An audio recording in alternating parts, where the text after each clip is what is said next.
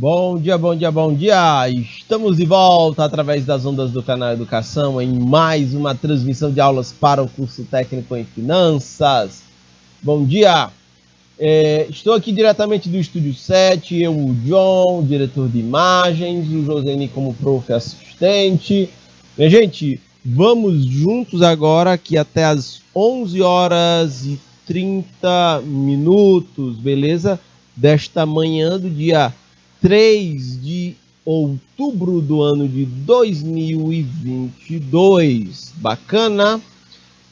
Muito bem, vamos adiante aqui. Estamos falando sobre descentralização de poder, crise fiscal e governabilidade, porque são elementos muito importantes para a gente estar entendendo finanças públicas, já que a nossa disciplina é Fundamentos das Finanças Públicas. Ok? Vamos adiante. Vejam só. Aí nós temos alguns desafios desse bem-estar social. A gente viu várias teorias que mostram que elas usam caminhos diferentes para mostrar que o Estado deve intervir na sociedade. Deve intervir, sobretudo, através de políticas sociais. E que elas acabariam gerando harmonia em sociedade, atenderia aos interesses, né, do próprio capital, ou seja, das empresas, do ponto de vista das empresas, que são políticas sociais que acabam transbordando e gerando benefícios também para quem produz, né? Para as várias atividades produtivas, olhando do ponto de vista de quem produz. Agora, um outro fator muito relacionado com a crise do paradigma desse welfare state, desse bem-estar social, está relacionado com a sua distinção entre atividade política e econômica. Porque, vejam, toda essa teoria que a gente está vendo de bem-estar social, ela está em crise. Né? A crise do paradigma político do welfare state, que está em crise no mundo inteiro. Cabe uma observação aqui falando de Brasil. No Brasil, nós nunca experimentamos um estado de bem-estar social. Nós nunca experimentamos o welfare state, tá bom? Elevados níveis, não vamos dizer assim, de bem-estar da população. Pelo contrário. No Brasil, a gente tem enfrentado, a gente vive numa sociedade extremamente desigual. E a gente vê a maioria das pessoas tendo muita dificuldade de acessar oportunidades econômicas, oportunidades sociais. Então, quando a gente vê a maior parte da população assim, de fato, nós não temos, não conseguimos garantir o welfare state, ou o estado de bem-estar social. Se outros países o welfare state está em crise, né, já houve e está em crise, no Brasil a gente nem vivenciou isso. E aí essa visão política já está em crise, entendem? Antes mesmo de a gente implantar aqui no Brasil. De acordo com esse autor, o Matias Pereira, as teorias políticas até o século XV eram concebidas como forma de criação de leis, como forma de criação de leis justas e de instituições legais que pudessem garantir a correção e a justiça nas decisões. Ou seja, até o século XV tinha esse viés na criação de leis. A ideia é que elas fossem justas e que as instituições pudessem estar garantindo aqui correção do que foi feito de forma equivocada, julgando quem se comportou de forma inadequada, ao tempo que garantiria a justiça nas decisões. Ainda, segundo o respectivo autor, o Matias Pereira, abre aspas, a noção de política aqui, como instrumento norteador do processo de tomada de decisões, é um fruto recente, viu? De acordo com ele, esta noção de política como um instrumento... Só um minuto.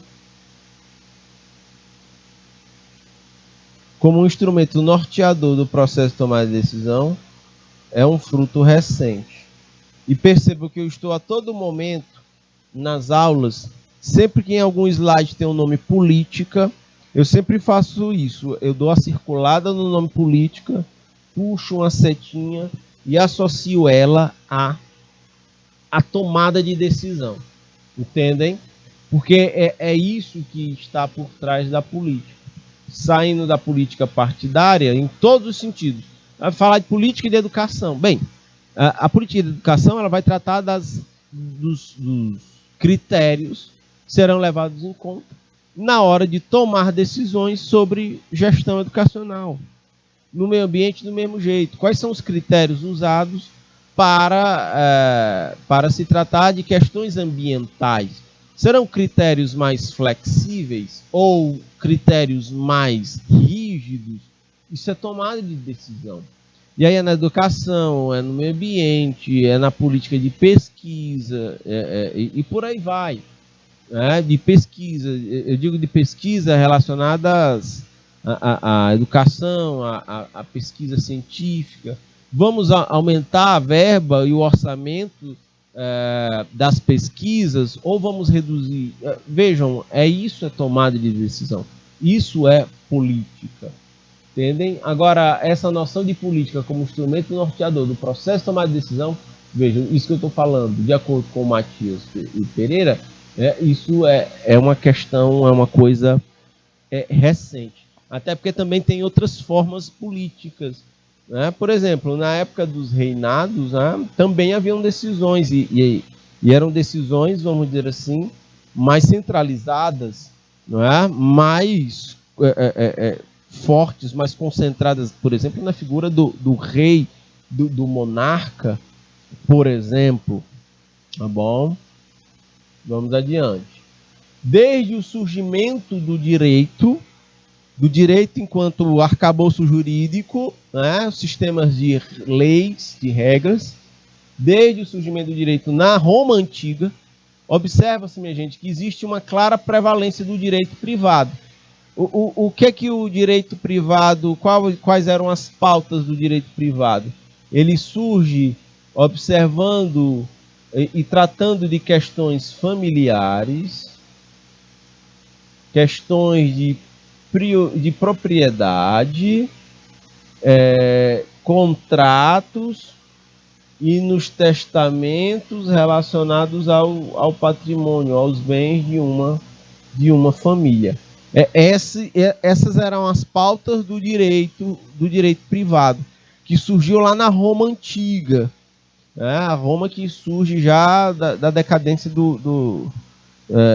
da Grécia. Então vem a Roma Antiga, o direito privado ele surge com essas pautas, e acabou se tornando o chamado de direito natural.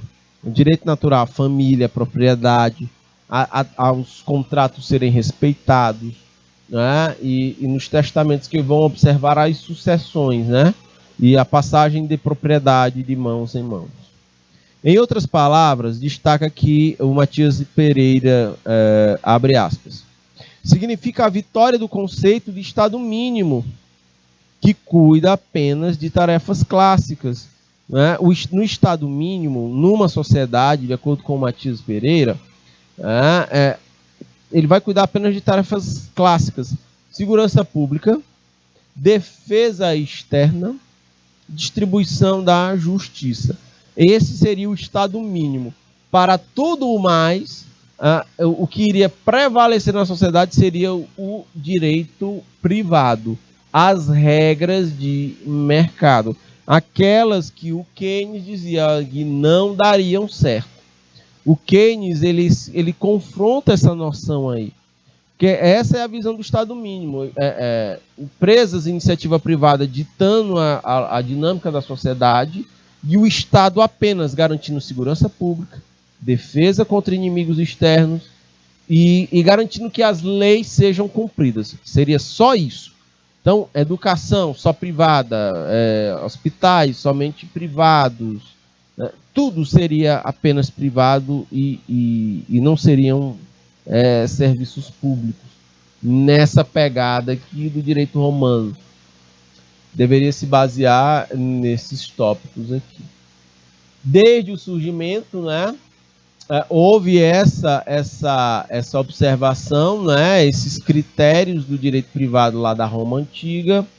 E aqui o direito público nasce apenas, aqui está repetindo, né, do slide passado, né, essa parte, que foi eu repeti sem querer. E aqui o direito público, minha gente, ele nasce apenas na época da formação do Estado moderno. Aí é que surge um direito que vem a regular as questões de natureza pública, sistema de regras, né? Mesmo assim, tendo como fundamentação institutos originados do direito privado. Ok? Ainda tem essa questão. Vamos adiante. Em termos históricos, podemos dizer que constata-se que a crise do paradigma político do welfare state ocorreu na metade da década de 80. Aqui começa a crise do welfare state, a crise do estado de bem-estar social. É porque, minha gente, isso fica muito claro vendo alguns exemplos na Europa. Os países atingiram tamanha qualidade de vida e tamanha expectativa de vida, e em termos de comportamento, o que esses países começaram a viver a partir dos anos 80. Eles tiveram uma queda na natalidade, queda na população, no número de pessoas numa família, pelos elevados níveis de qualidade. As pessoas viveram mais, viveram por mais tempo, entendem? E isso gera uma sobrecarga nos gastos públicos. Pode voltar a imagem aqui para mim, John.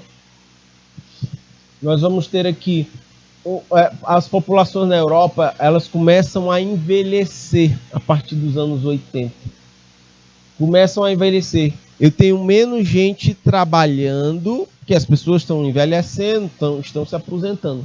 Eu tenho menos gente trabalhando e com consumo e contribuindo para a Previdência. Mas eu tenho um percentual grande de gente recebendo os benefícios da Previdência. Aí é uma conta que, de fato, ela não fecha, né? Você vai ter menos grana financiando a Previdência, mas você tem mais gente precisando da Previdência porque as pessoas estão envelhecendo e estão se aposentando. Isso dá um nó, isso dá uma estrangulada, né, em termos de finanças públicas e coloca em xeque toda a política, né, do welfare state, que inclusive a gente já viu em aula aqui. Essa política, ela tem como um embasamento teórico, né, a teoria do Keynes, que dizia que o Estado tem que intervir para evitar que as leis de mercado causassem crises, né, que essas distorções causassem crises. Sacam? Então nós temos aí um bem-estar social entrando em colapso. E aí você vai ver vários países, inclusive, incentivando a ida de estrangeiros para lá. Por quê? Porque a população jovem, ela é pequena, não é, para se inserir no mercado de trabalho. Você tem oportunidades de trabalho e não tem população para aproveitar essas oportunidades de trabalho. Então tem países que têm pacotes de estímulos para atrair estrangeiros que possam ir para lá, né, fixar a moradia e preencher, né, esses vácuos que estão sendo gerados. Tá bom? Aí vem com força toda uma lógica, né, liberal. Aquela lógica liberal lá do Adam Smith, do David Ricardo, do Thomas Malthus, que foi renovada lá pelos neoliberais.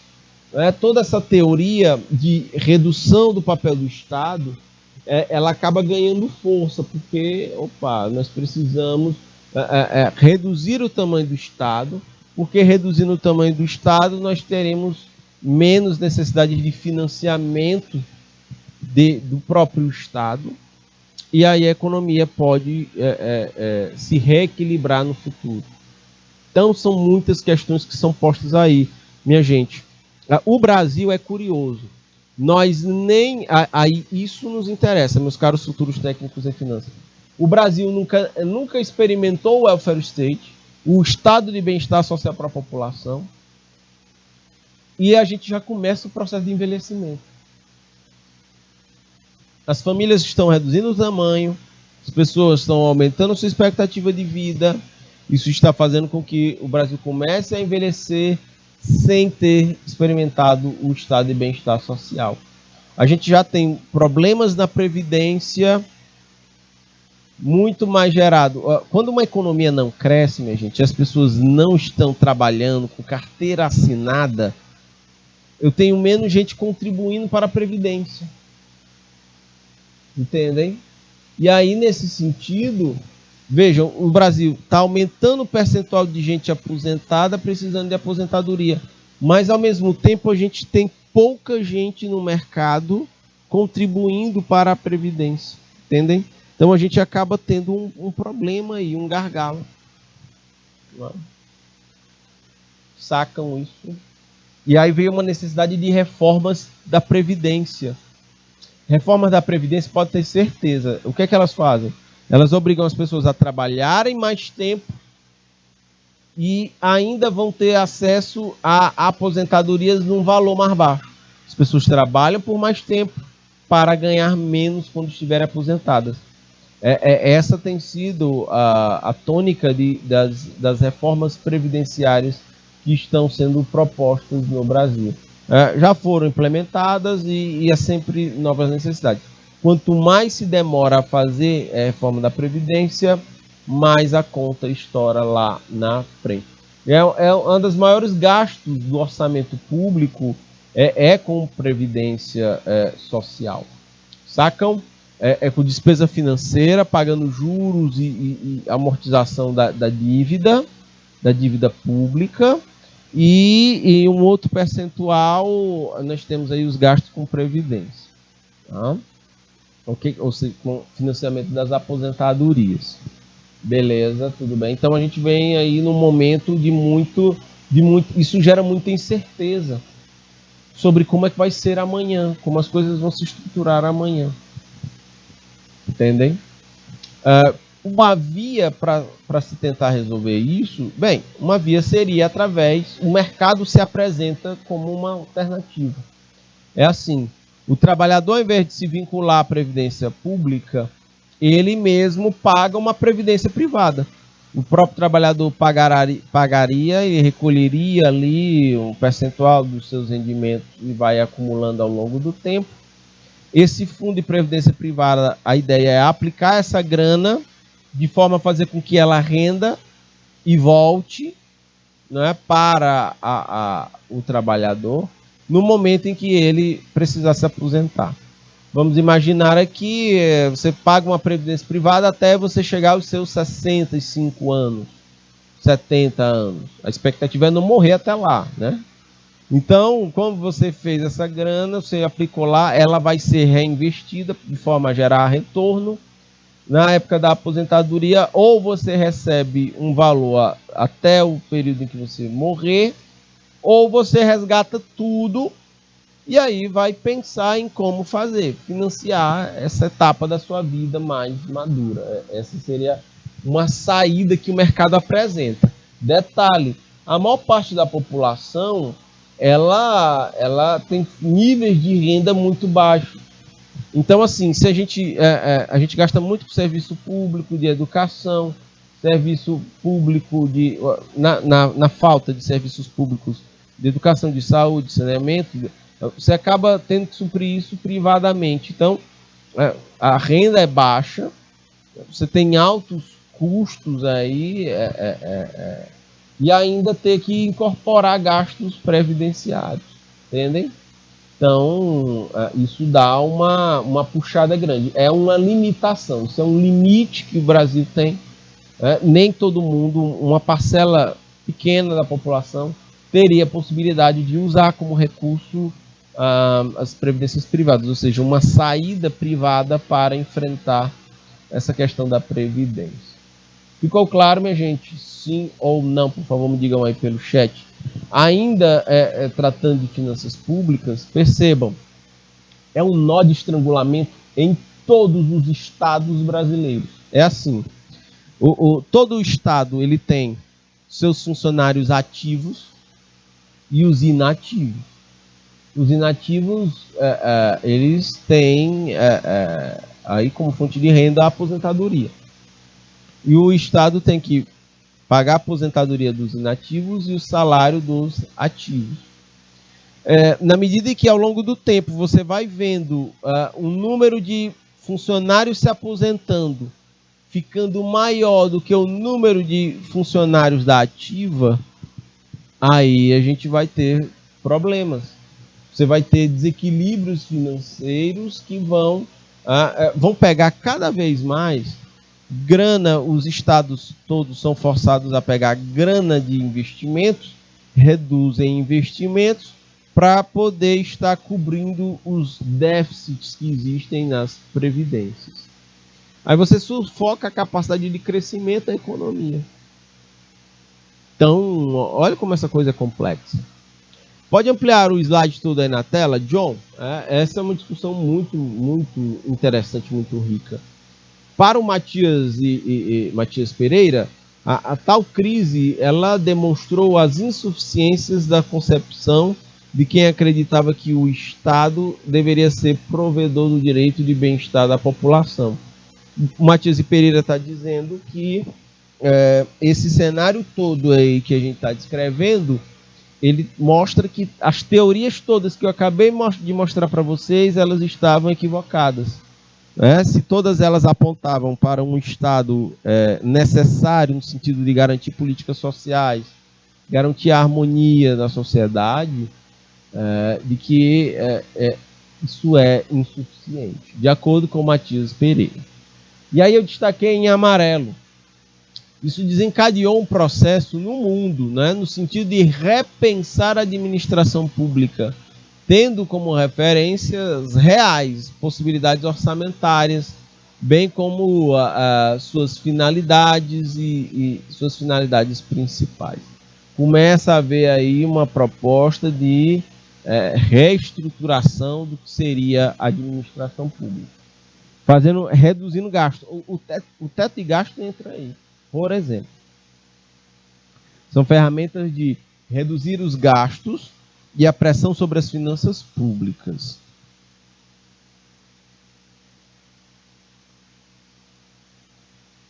Vocês já pensaram, vocês enquanto futuros técnicos em finanças trabalhando num fundo de previdência privada?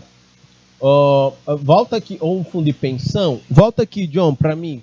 Uma outra alternativa que possa existir no mercado para esse problema previdenciário e finanças públicas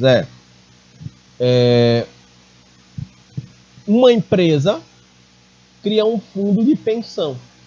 Todos os funcionários dessa empresa começam a captar grana, pegam parte dos seus rendimentos e aplicam naquele fundo. Vai ter um gestor desse fundo e tal. Então você reúne aqui, bora imaginar o fundo de pensão do Canal Educação. O Joseni contribui com a percentual, eu, o John, o professor Jorge Augusto e por aí vai. Então você acaba gerando aí um fundo, todo mundo tem uma grana lá. Todo mês a gente bota a grana lá, todo mês. Essa grana vai ser gerida. A ideia é que ela seja aplicada de forma a gerar mais rendimento. Está todo mundo contribuindo. Para quê? Para que no futuro, quem for se aposentar, e a pessoa vai lá e acessa a grana que você tem lá no fundo. O fundo, como fez aplicações e investimentos que geraram lucro, ele tem mais grana do que a soma do que todo mundo contribuiu. Então ele pega aquela grana e aí você embolsa. para financiar a sua aposentadoria. A gente chama isso de fundo de pensão, ok? Também é uma saída. Existem grandes fundos de pensão, por exemplo, no Brasil. A Petros é o fundo de pensão da Petrobras, a Previ é o fundo de previdência dos funcionários do Banco do Brasil. Então, esses são fundos gigantescos que movimentam muita grana. E para que essa grana não fique parada, o governo obriga, né? Você tem que fazer investimentos no mercado financeiro, no mercado de ações, para estimular a atividade econômica, né? Então, esses fundos precisam fazer esses investimentos. Não podem ser investimentos especulativos, precisam ser investimentos que tenham um razoável nível de segurança. Porque se já pensou, o fundo faz uma jogada especulativa, perde grana e gera prejuízo financeiro para os seus associados. Aí é um problema.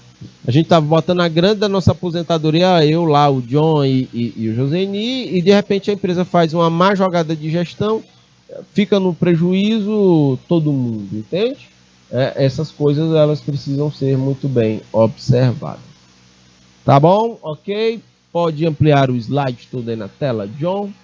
Então, esses são alguns pontos importantes. Ainda no desafio do bem-estar social, vejam. Em relação à questão da descentralização do poder, né, Matias Pereira vai falar, ele ressalta a importância do regime democrático, pois, segundo este autor, o regime democrático trouxe em sua essência, além da descentralização do poder, e com ela a difusão de decisões coletivas. Minha gente, tem um ponto que merece destaque, né? Se desceu para o play, tem que brincar. Então, assim, tem gente que desce para o play e não quer brincar. A gente está falando de democracia. Então, quando a gente fala de democracia, essa é a razão. A gente está falando de descentralização do poder. A democracia envolve isso, descentralização de poder e a difusão de decisões coletivas. Sacam? Difusão de decisões coletivas. Sendo assim, percebam, a gente vai ter aqui, né, decisões democráticas, elas são mais difíceis de serem tomadas. Entendem isso? Elas são mais complexas, elas são demoradas. Por isso que tem gente que diz assim, mas é bom ditadura. De fato, volta aqui para mim, João. Numa ditadura, as decisões, elas são muito mais fáceis. Elas são tomadas e elas são executadas. Agora, num sistema democrático, é mais complexo mesmo. Vivemos numa sociedade em que ela tem múltiplos interesses e a gente já viu na aula agora que nesses múltiplos interesses eles não param de se multiplicar.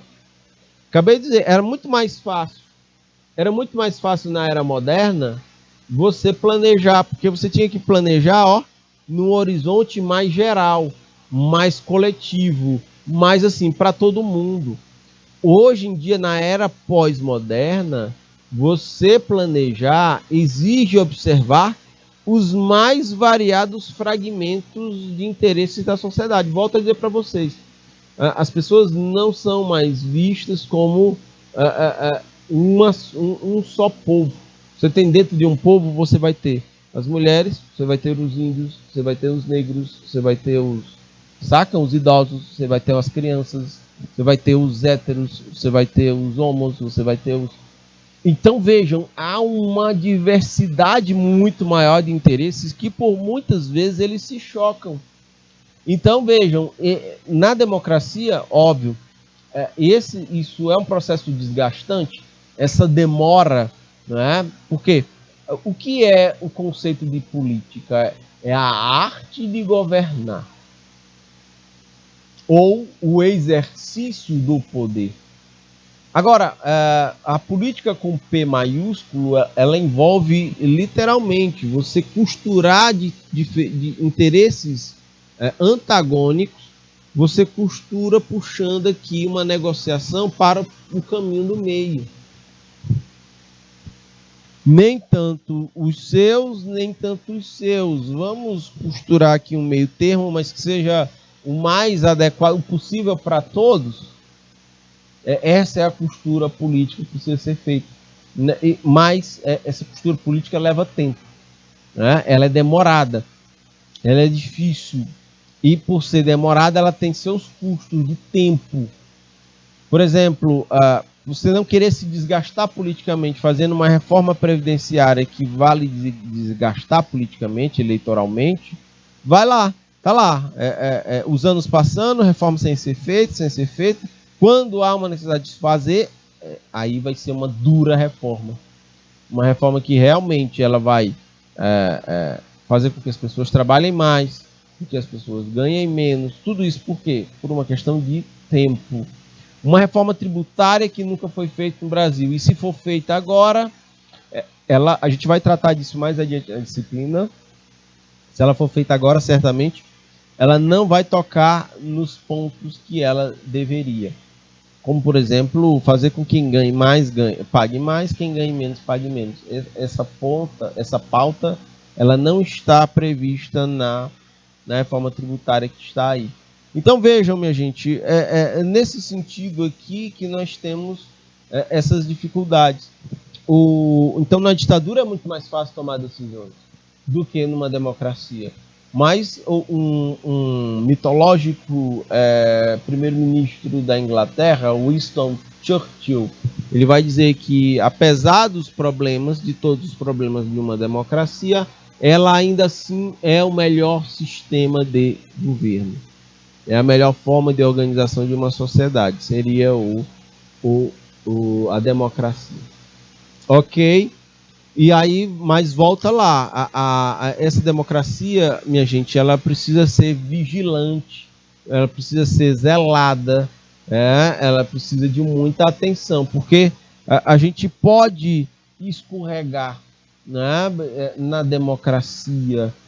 A democracia não está pronta e acabada, ela está em processo constante de construção. Por vezes a gente avança, por vezes a gente recua, não é? E essa tem sido uma trajetória da democracia.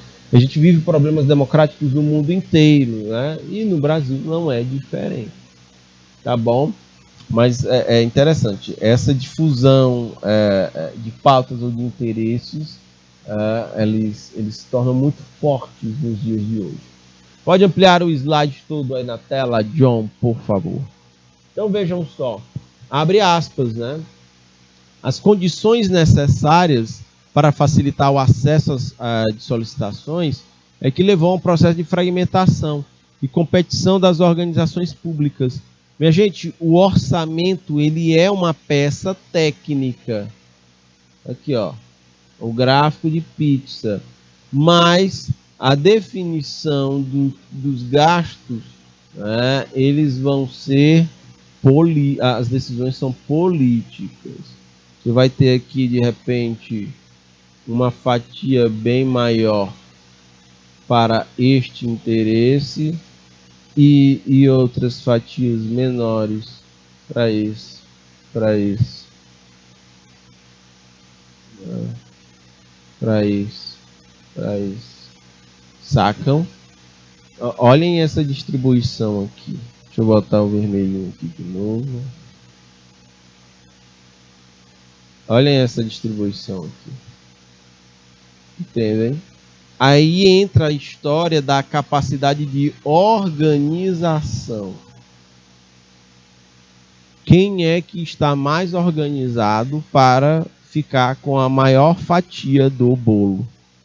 Entendem? Esse é o ponto. Sacam? Porque aí a gente está falando de competição das organizações públicas nesse processo de fragmentação. Você vai ver lá no Congresso Nacional uma bancada chamada de bancada ruralista. São grandes produtores rurais que se articulam politicamente, para que tenham os seus interesses atendidos, né? Geralmente interesses ligados à área da produção. Agora, esses direitos, a busca desses direitos, acabam se chocando com outros. Por exemplo, o interesse dos ambientalistas, por exemplo, que querem preservar, aí vão entrar em choque, literalmente. Essa visão mais agro e a visão mais ambiental, entendem? E aí nós vamos ter disputa aí, literalmente, sacam? É quando você vê a maior parte do orçamento indo para despesas financeiras, com os juros da dívida pública, e você vai ver menos dinheiro sendo... Você vai ver 50%, 45% do orçamento público com juros e amortização da dívida pública, e ao mesmo tempo 0,37% sendo aplicado em educação, em ciência e tecnologia. Entendem? Aí nós vamos ter essa disputa, mas de fato, quem é que está melhor organizado acaba ficando com maiores fatias. Lembrando que o orçamento, meus caros futuros técnicos e técnicas em finanças, a gente vai ver isso mais adiante.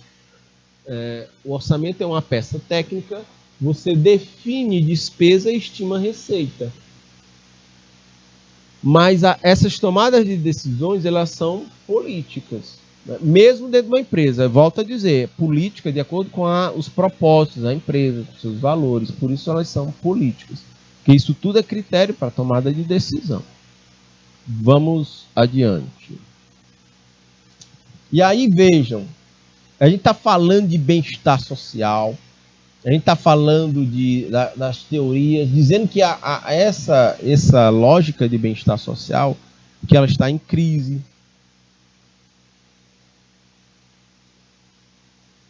Sobretudo de financiamento.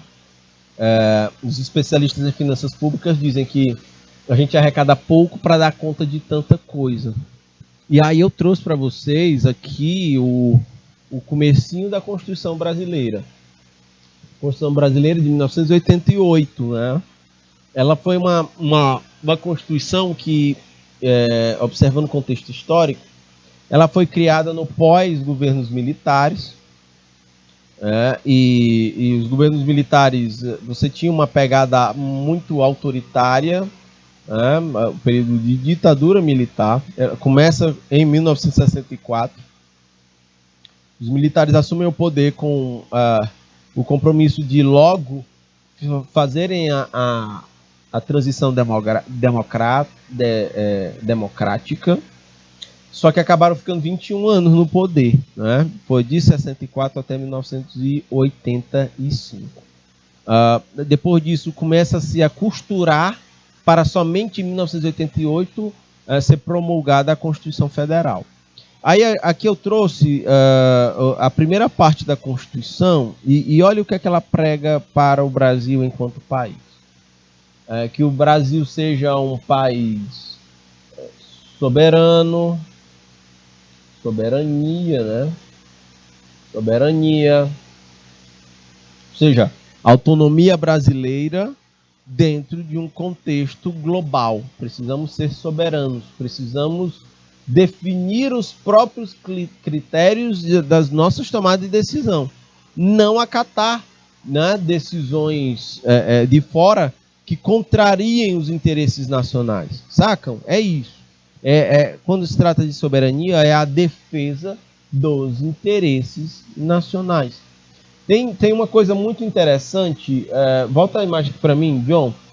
O Cristóvão Buarque, ele era senador no Brasil. Não sei depois de ontem se ele ainda se elegeu, mas o Cristóvão Buarque, ele foi dar uma palestra lá nos Estados Unidos, em uma universidade.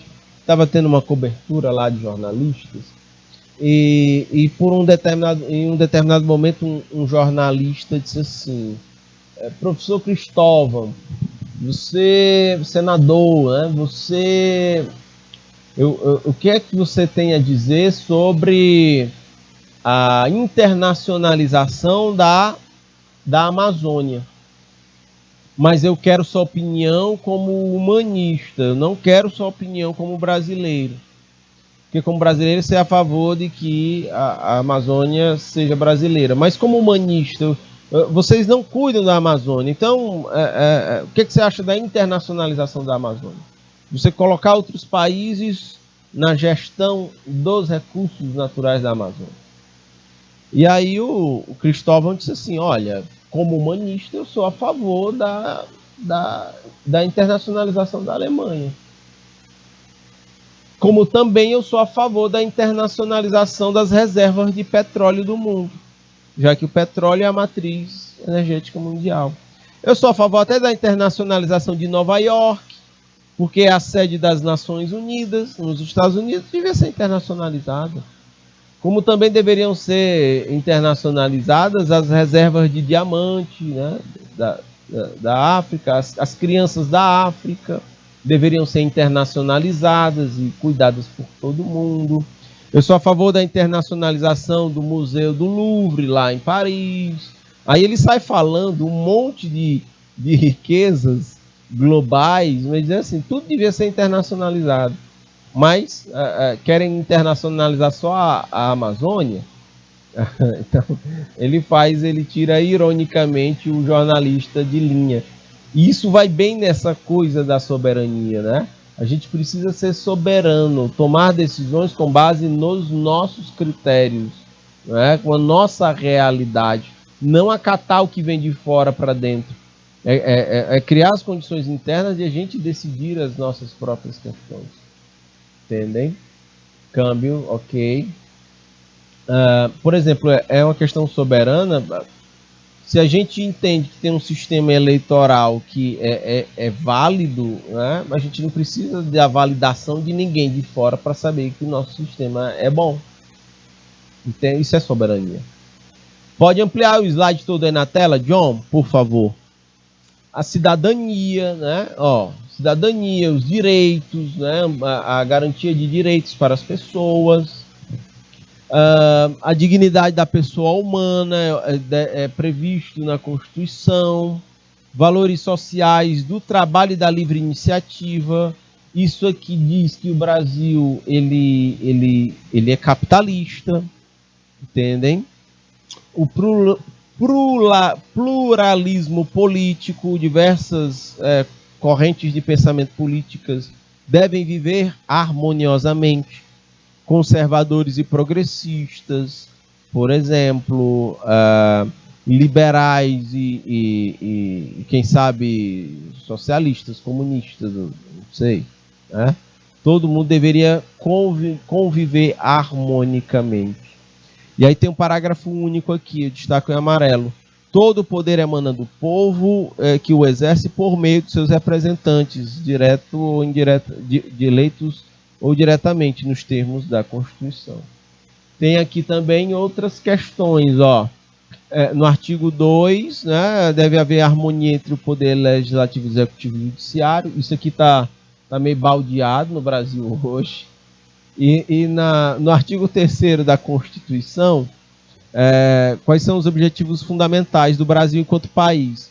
Construir uma sociedade justa, livre, justa e solidária, garantir o desenvolvimento nacional, erradicar a pobreza, a marginalização e reduzir as desigualdades sociais e regionais, promover o bem de todos, sem preconceito de raça, origem, sexo, cor, idade ou quaisquer outras formas de discriminação. Esse aqui é como se fosse um plano brasileiro, ok? Para o Brasil.